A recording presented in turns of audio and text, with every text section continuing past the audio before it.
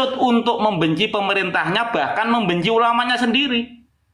Dengan apa? Satu, kaki Habib ulamanya sendiri, kaki Habib yang bahlul, yang tidak bahkan maksiat itu lebih utama daripada apa? Daripada ulama 70 ulama loh yang alim. Ini bentuk dari apa? Bentuk daripada diskriminasi, perendahan ulama-ulama kita. Oh, ternyata ulama-ulama kita sekelas Syekh Nawawi Al-Bantani, sekelas Muhammad Khalil Al-Bangkalani, terselah Hadratus Syekh ya Hasyim Asy'ari, termasuk yang lain, Al-Khatib Al-Banjari, termasuk Al-Minangkabai, maaf. Itu tidak akan ada apa-apanya dibanding kaki Habib yang bahlul. Ini akan merendahkan marwah daripada kemuliaan ulama-ulama bangsa ini. Setelah masyarakatnya benci dengan pemerintah, dihasut oleh kelompok mereka, tidak ada lagi trust kepada pemerintah. Apapun kebijakan baik ya dari pemerintah tidak akan dipercaya oleh masyarakat. Yang kedua, kaburkan sejarah bangsanya. Yang ketiga, palsukan makam-makam leluhurnya. Setelah tiga-tiganya itu dilakukan dan sudah terjadi, tinggal satu, ya, kekuatan di Indonesia itu terletak kepada Nahdlatul Ulama. Jangan salah, kuasai NU-nya, pimpinan nasional, selesai. Besok anak-anak cucu Anda 50 tahun ke depan akan menjadi budak di bangsanya sendiri. Kita itu berjuang saat ini bukan untuk kita saja. Ini untuk regenerasi muda, ya, yang akan melanjutkan kepemimpinan nasional nanti. Bukan hari ini saja. Maka ketika ada orang yang melemahkan siapapun, tidak boleh. Mau diancam, mau disogok apapun, tetap skincare bersuara. Saya itu mahasiswa, pelajar, dan hati nurani saya terpanggil. Bagaimana kakek-kakek leluhur saya juga ikut memerdekakan bangsa ini. Dan kami bersama pelajar-pelajar yang lain, bersama mahasiswa-mahasiswa yang dan kampus-kampus yang lain, ini sudah berkoordinasi, berkolaborasi. Jangan salah, tidak perlu saya sampaikan di sini, ya. Ngapain saya harus menyampaikan di sini? Apa yang saya kerjakan itu sudah kami kaji. Kalau orang mengkritik saya, tidak ada masalah.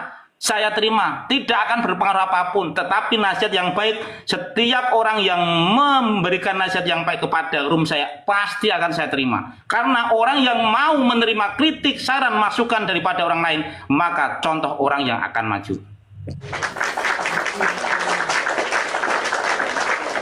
Satu lagi kawan-kawan, pimpinan PBNU tidak mencerminkan daripada seorang kiai alim. Rois Am PBNU juga tidak mencerminkan daripada kiai yang alim. Bagaimana mungkin beliau mencerminkan kiai yang alim dengan bahasa-bahasa statementnya di publik, seolah-olah yang satu memberikan statement tidak perlu baca-baca kitab, mengkoreksi-koreksi kitab nasab, ya imani saja, berhusnudon kepada kiai-kiai sepuh. Bahkan kalau Anda ingin mengkoreksi, takut kualat. Ini kiai macam apa? Ini ilmu pengetahuan tidak digunakan, justru akan dimatikan, seolah-olah semua yang belajar tentang ilmu agama bodoh. Tidak ada ilmu, tidak bisa dipakai untuk urusan nasabnya Ba'alawi. Yang kedua, yang satu ngomong tanpa Ubaidillah, Ubed, Bani Alawi, kita tidak tahu apa-apa, itu Rois Am. Rois Am terpuruk di sepanjang sejarah NU berdiri. Menangis Hadratus Syekh mendengar pengurus-pengurus NU seperti ini.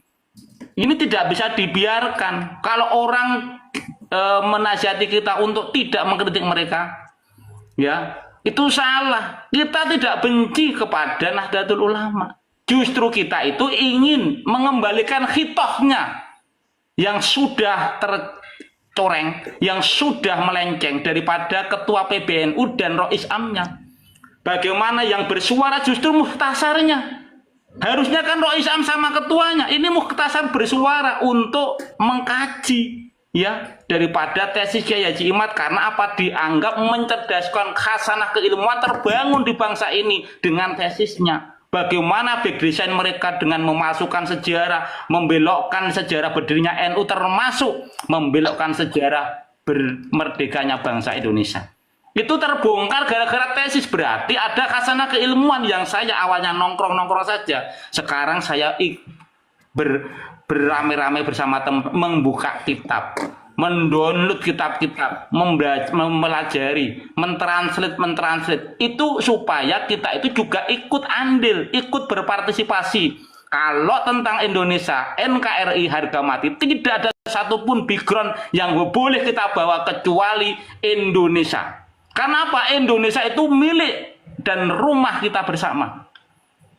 Siapapun boleh tinggal di Indonesia tanpa terkecuali. Cuman jangan pernah ganggu yang bernamanya Pancasila, Undang-Undang Dasar 45, termasuk ya leluhur-leluhur kami yang sudah memerdekakan bangsa ini dengan darahnya, dengan jiwa raganya, dengan hartanya. Maka peninggalan kemerdekaan ini harus kita isi. Jangan sampai 350 tahun kita sudah menjadi budak di bangsa sendiri.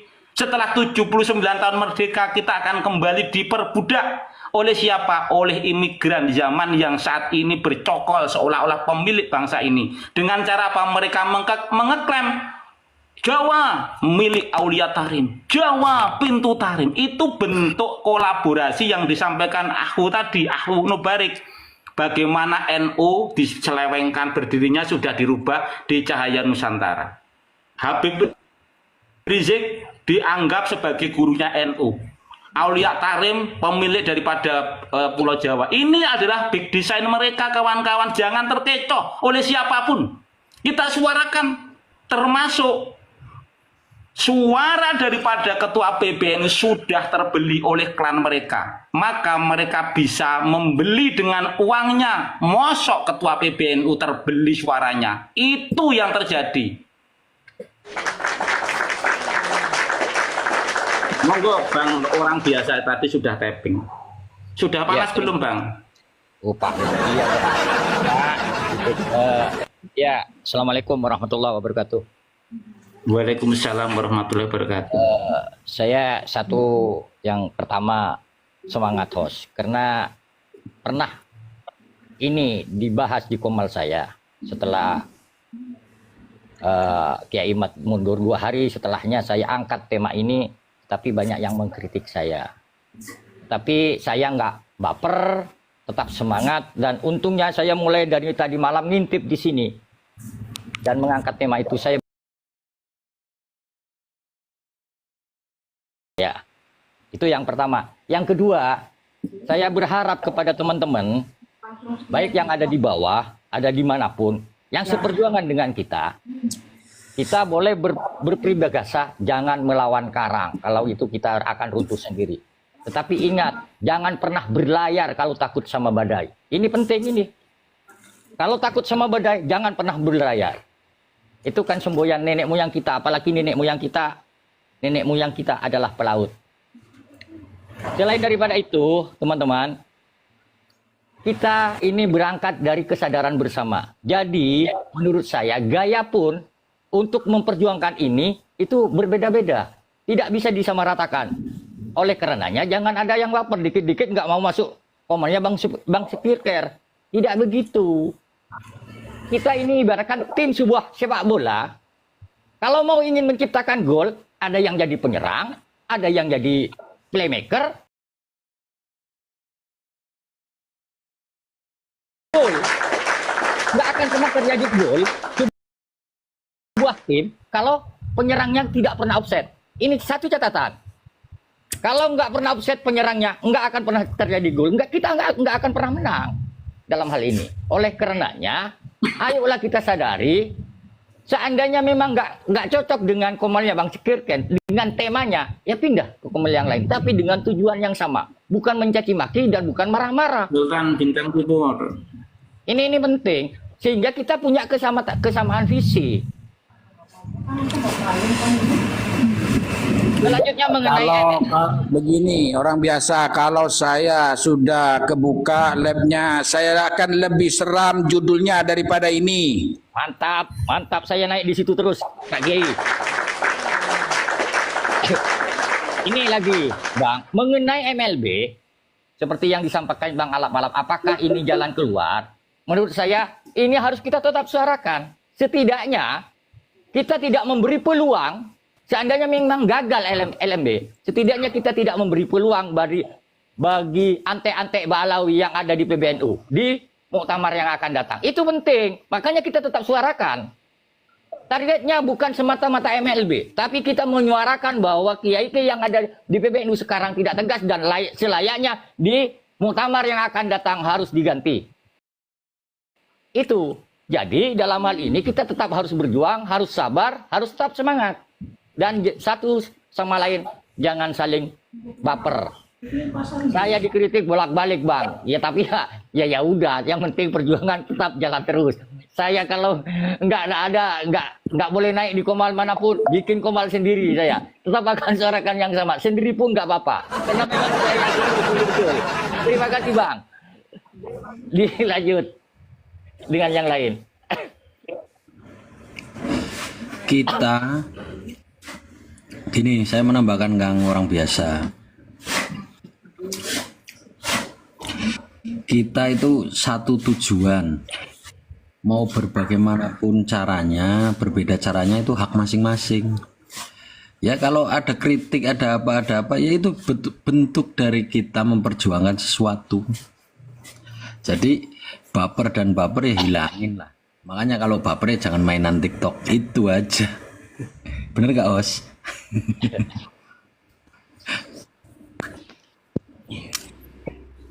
Ya, iya begitu, Bang. Maksudnya dalam perjuangan ini kita ini, Bang, jangan merasa paling berpengaruh atau paling ini. Kita semua sama-sama. Terlepas kecil perannya, ini perannya itu pun penting. Seperti kita membangun sebuah gedung, Bang. Memang perlu insinyur, perlu ini. Tapi tukang aduk lolo itu penting juga, Bang. Kalau semuanya jadi insinyur nggak jadi bangunan itu. Nggak jadi. Makanya dalam hal ini ya memang biarlah ini berjalan alami karena memang kita alami. Artinya kita berangkat dari kesadaran. Sehingga kalau demikian ya wajar lah. Pertama, kita berangkat dari suku yang berbeda, daerah yang berbeda, latar belakang keilmuan yang berbeda, latar belakang pendidikan berbeda. Ini kan nggak bisa langsung disamakan. Tetapi endingnya nanti, Bang, kita mempunyai tujuan yang sama, insya Allah akan menghasilkan hal yang sama. Dan kita ini berharap kan cepat selesai sehingga kita bisa bahas-bahas yang lain. Sebenarnya kan kalau masalah bahasan tentang keilmuan nggak akan pernah berhenti, Bang. Cuman kalau berkutat di sini kan kasihan. Kita bukan apa ini, tapi ilmunya ya ini saja. Itu, terima kasih. Ya, terima kasih orang biasa dan yang lainnya. Poinnya begini. Terkait dengan polemik nasab, saya sepakat sekali bahwa dengan tesis Kiai Nurdin, dan tidak hanya menyampaikan bahwa saya sepakat, saya juga di dunia nyata juga memberikan pemahaman-pemahaman terhadap orang-orang di sekitar saya terkait dengan Ba'alawi. Nah, terkait dengan tema hari ini di dalam roomnya Kang Skincare, mohon maaf, saya lebih sepakat dengan jawaban dari Kang orang biasa. Di live itu pijat di live itu.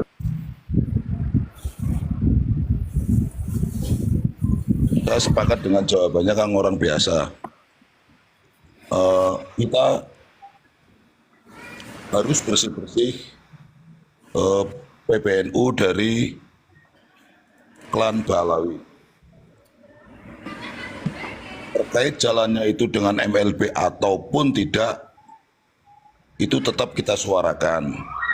Itu menjadi poin bahwa seandainya tidak berjalan, tapi menjadi warning buat kepengurusan di PBNU hari ini dan di muktamar yang akan datang, supaya pengurusan itu tidak ada dari klan Ba'alawi.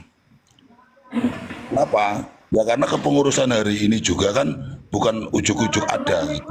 Kayak tadi ya di awal saya sampaikan, Jatman itu kan ketuanya yang dari Pekalongan itu kan bukan menjadi ketua 1, 2, 3 4-5 tahun, tapi sudah 20 tahun. Berarti sebelum periode kepengurusan yang hari ini pun itu mereka sudah ada.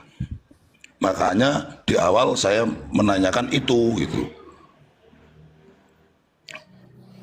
Tapi di sisi lain saya sepakat bahwa harus dibersihkan kepengurusan PBNU dari klan-klan Ba'alawi, karena kita sama-sama melihat apa yang terjadi hari ini, apa yang dilakukan oleh mereka, dan itu sangat-sangat menyakiti hati nurani kita sebagai anak bangsa, sebagai warga NU. Itu seperti itu, host. Terima kasih semuanya. Monggo dilanjut. Oke, Bang Rizky, monggo Bang Rizky. Ada ilmu. Assalamualaikum warahmatullahi wabarakatuh. Waalaikumsalam. Salam akal sehat. Ya, sebentar Bang Riki, Anda masuk ke sini harus punya password. Sebutkan passwordnya.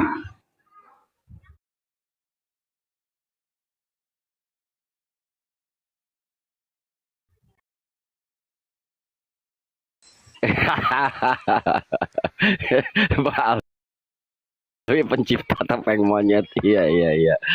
Saya mau menyikapi mengenai bang orang biasa. Jadi saya tidak sepakat dengan bang orang biasa.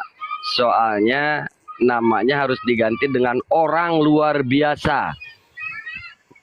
Jadi bang orang biasa ini semangatnya bersama rekan-rekan tetap sampai saat ini berjuang. Terlepas daripada apa hasilnya, apa ending poinnya, kita tidak melihat itu. Alhamdulillah, saya hari kemarin sampai tadi baru sekarang nih on lagi. Ternyata semuanya masih tetap semangat tinggi Bang Skincare. Saya lihat tuh tetap buka komal, alhamdulillah. Pertahankan semangat kita, teman-teman. Jangan sampai kalah sama Ba'alawi.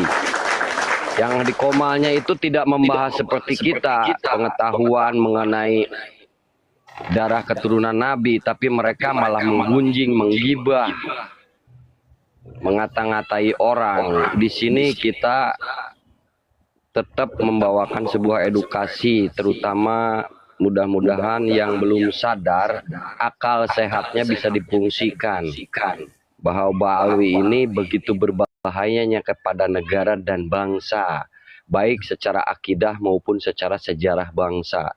Ini sangat berbahaya. Apakah kita belum sadar-sadar sampai saat ini apa yang akan mereka perbuat? Begitu Pak Yai. Terima kasih Pak Yai selama ini sudah mendampingi saya terutama dalam bab Islamnya. Saya selaku orang fakir dalam bab Islam merasa tenang.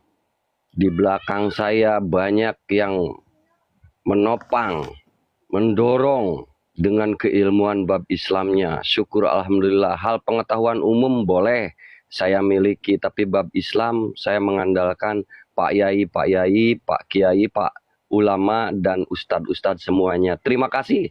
Selama ini saya sudah didampingi dari belakang. Begitu aja host dan teman-teman, silahkan saya mute standby. Oke. Matur nuwun penjelasannya Bang Riki. Perlu diketahui bahwa Rasulullah Shallallahu Alaihi Wasallam bersabda, "Man yuridillaha yufaqihu fid din." Kalau Allah berkehendak orang itu baik, maka dia akan dipahami dengan agama. Begitu. Maka kebenaran itu adalah nur. Ilmu itu adalah nur. Maka ketika diskusi kita dilandasi dengan nur, dilandasi dengan kebenaran, juga nur dengan ilmu, maka hasilnya pun dengan benar. Monggo. Waalaikumsalam warahmatullahi wabarakatuh. Monggo dilanjut. Satu putaran barangkali ya. Silakan Bang Ini Rizky. oleh-oleh kemarin di komalnya siapa ya kemarin itu? Ada sebuah perdebatan yang juga sedikit bikin pusing kita semua, bahwa mereka dengan terdesaknya pertanyaan dari kita-kita bahwa silakan tunjukkan kitab sejaman. Mereka sekarang sedang membawakan apa yang diucapkan Ustadz Wafi di dalam diskusi di Robitoh Alawiyah. Jadi mereka memelintir substansi persoalan materi menjadi liar. Mereka malah membalik menggulirkan pertanyaan di mana dalilnya yang mensyaratkan bahwa harus adanya kitab sejaman. Nah, ini membuat polemik, terutama bagi kami yang belum paham atau fakir dalam bab Islam atau kitab, yang hanya bisa membaca terpatah-patah, tidak mengerti secara dalam mengenai kitab-kitab. Nah, ini harus kita bantah, harus punya kuncian. Insya Allah saya dengan pengetahuan akan saya jawab juga mengenai pertanyaan itu. Jadi pertanyaannya begini, mereka akan membalikannya. Tunjuk syarat bahwa untuk nasab tersambungnya Ubaidillah kepada baginda Rasulullah harus ada kitab sejaman. Harus ada kitab sejaman. Ini yang dibawakan oleh Ustadz Wafi ketika di Robitoh Alawiyah. Silahkan itu untuk berbagi, untuk menjawabnya seperti apa. Karena memang ada kitab untuk yang menyatakan itu. Hanya dalam hal ini saya kalaupun tahu untuk menjabarkannya karena keterbatasan keilmuan saya dalam bab Islam atau membaca kitab secara maknawi, saya masih lemah. Saya akan menjawabnya secara pengetahuan umum. Silahkan para kiai, para ustadz untuk menambah bekal saya. Monggo. Ya, kalau dia bertanya seperti itu, maka kamu harus sebutkan, ini loh kaidah usul fikih, apa bunyinya? Al aslu fi kulli hadisin taqdiruhu bi aqrabi zaman.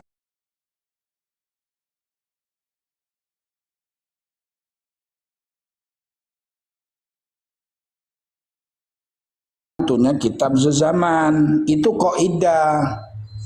Maka ketika orang itu sugrah wal istifadhah, lah sugrah wal istifadhahnya dari apa?